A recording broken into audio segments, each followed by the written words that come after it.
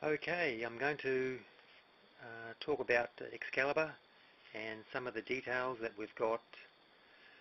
Starting at the front here, we've got an 18-inch front wheel. That's a City Demon tyre. That's an H-rated tyre, and the disc and brakes is motocross, as is the hub, and the forks, that's FXR 150. That's a Suzuki road bike. They're 33mm stanchions, and I've set them up so that they can have a reasonable amount of extension when the power is on. So that helps keep the front wheel on the road or on the track, so that you can steer it. Now we've got the nose cone here, and it's due for repainting. But that was only a temporary paint job that we had on there. But we'll see if we get time. Here we've got the methanol tank, and that's just held in with a couple of hose clips. And we've got a nylon fuel line which runs down and tees to each carburetor. These are Mark II amyls, they're 30mm. The jetting, I think it's a 650 main jet. Now the motor, that's all exposed rockers, because we haven't put the rocker caps on. Neither have we got pushrod towers. You might be able to just see the front pushrod towers, front pushrods in there.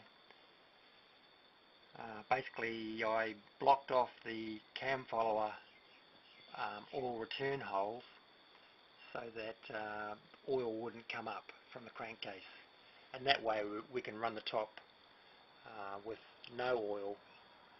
Or in fact, we run 1 drop of oil per valve per run, and that's all it needs so far anyway. We've got away with that.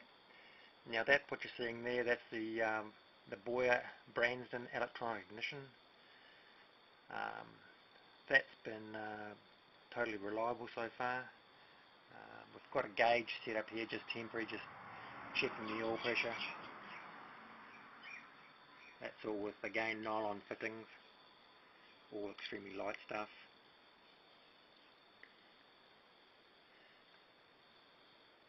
There's the oil lines. They're also nylon and with nylon fittings. No, sorry, the oil lines are polyethylene. This is the outer part of the gearbox. You can see that's the gearbox gear change spindle is hollowed out. Kickstart and all that's been removed. No need for that on a drag bike. The rear engine mounting, well, we've lightened that. That's probably what, 5mm plate or something like that. And there's our battery cradle. That takes our lithium polymer 1 amp hour battery.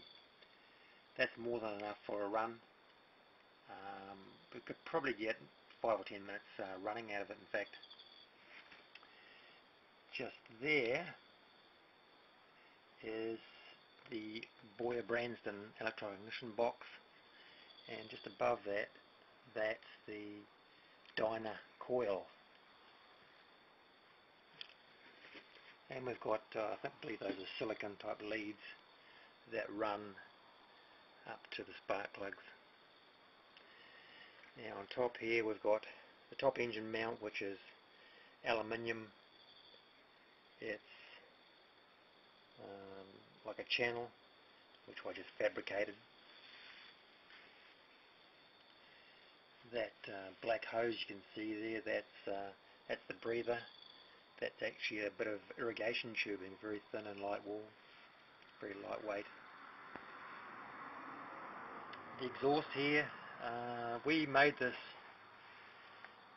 in fact Jamie welded it from an old Speed Twin header pipe set that was quite thin, already rusted thin, so it was the perfect thing, already lightened.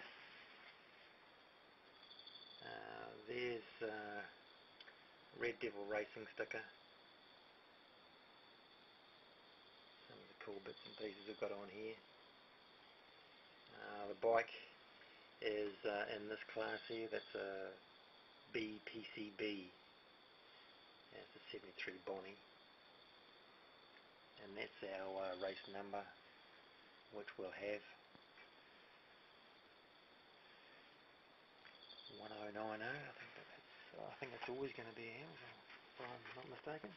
Again, we've got motocross brakes at the back. That's, I think it's WR250, and lightweight motocross Nissan type caliper,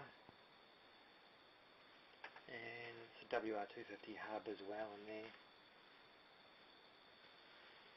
Now the back tyre, it's actually, what brand is that now? It's an Avon AM22. It's actually a front tyre from a race bike. The tread was worn off on the edges on the race bike, but the middle was almost still perfect, and it's very, very soft rubber.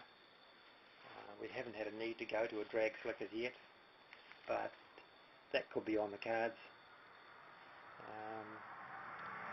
Yeah, we might be looking for some more traction before long. Here the chain guard, that's regulation, it's 5mm thickness. You've either got to have 5mm aluminium or you can have 3mm steel. Now there's our rear brake master cylinder, and you can see the fluid level that we run in this bit of hose here.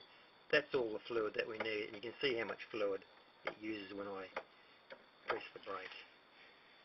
So it's only going to cause a problem if there's a leak. That's the Power Series. That was one of the drag races that the sponsors of a drag racing event. And here is one of our sponsors, the Hog Farm. There we go, established 1975.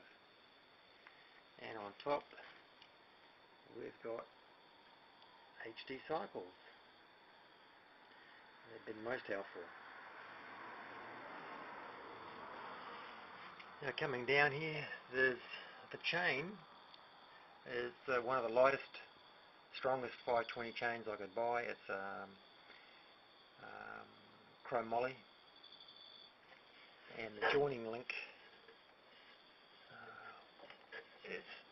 see there's the joining link there, and I put some silicone rubber over it just to stop the clip from coming off. It's one of the tricks we learned in the circuit racing. We've got the clutch out at the moment. What you can see here is the drive sprocket, and that's the gearbox main shaft. We're about to take the 19-tooth drive sprocket off and put the 20 back on. We put the 19 on for the 8th mile, but it didn't give us a better time. So we're just going to go back to the 20. There's the end of the crank. That's got an oil seal in there because we're running an open primary.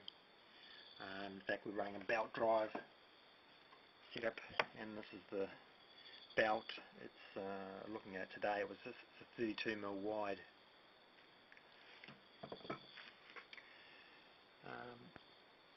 Here in the back of the barrel, you can clearly you can see the push rods.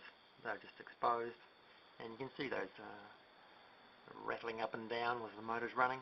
Now underneath the headers there, you should be able to see this spoke. It's an old spoke which connects both of the header pipes and just draws them together. Now just right here there's a spring, so that allows for a bit of expansion, because otherwise I believe the spoke would just break.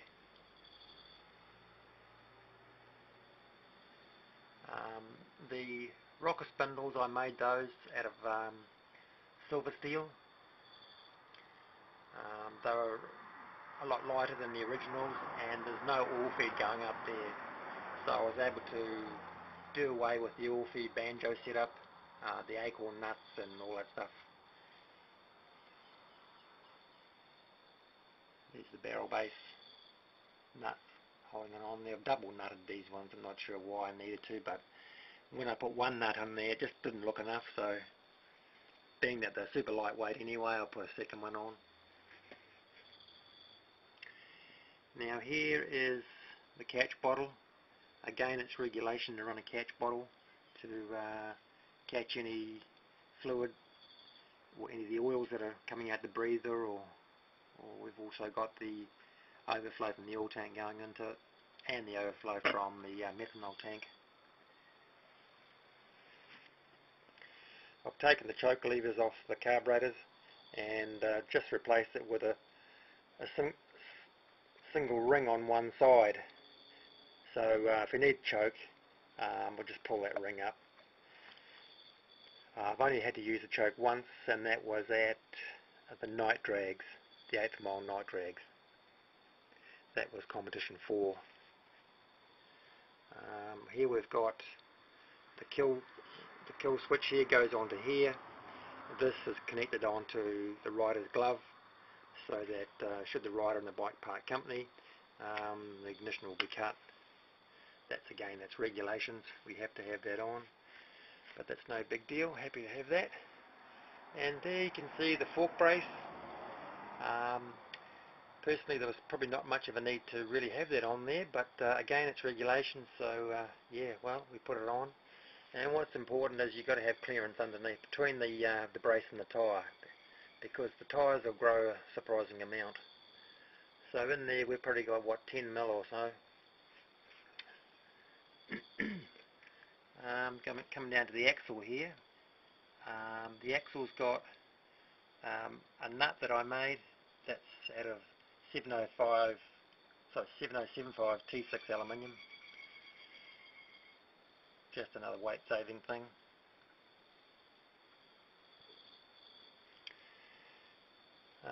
Various titanium nuts and bolts. I think that one and that one's titanium. Oh, all those 4 are titaniums. A closer look at the rear exhaust mount. It's rubber mounted on the bottom, and the top one, it's solid mount, but I haven't done the bolt up tight. I've Loctited perhaps a quarter of a turn from tight, so it's holding it, but it's not to the point where it's too tight and won't move if there's a bit of expansion anywhere. And you'll get quite a bit of expansion in a header pipe like that, so it's essential that it's able to move without stressing its brackets. Now there, it's the footrest. That's the left footrest mounting. Drilled some holes in it recently. It's got titanium fasteners on it, and the foot peg itself, I think that's got titanium bolts on the other side.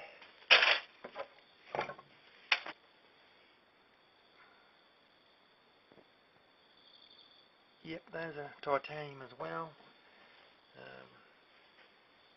The rear sprocket that you're seeing here, that's quite a high grade of aluminium. I bought that as a ready-made up sprocket and adapted it. So I've actually got that one, which is a 44, and I've got a 42 as well. But so far I've only used this one, which is, I believe it's the 44.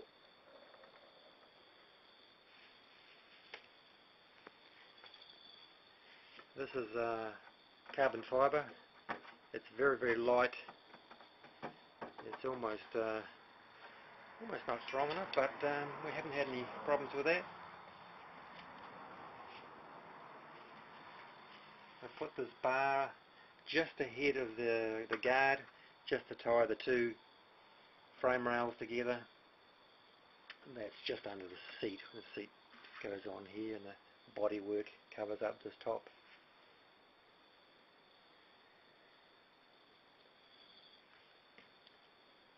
Okay, that's all for this instalment. Yeah, come back soon and I'll update from time to time. Thank you very much.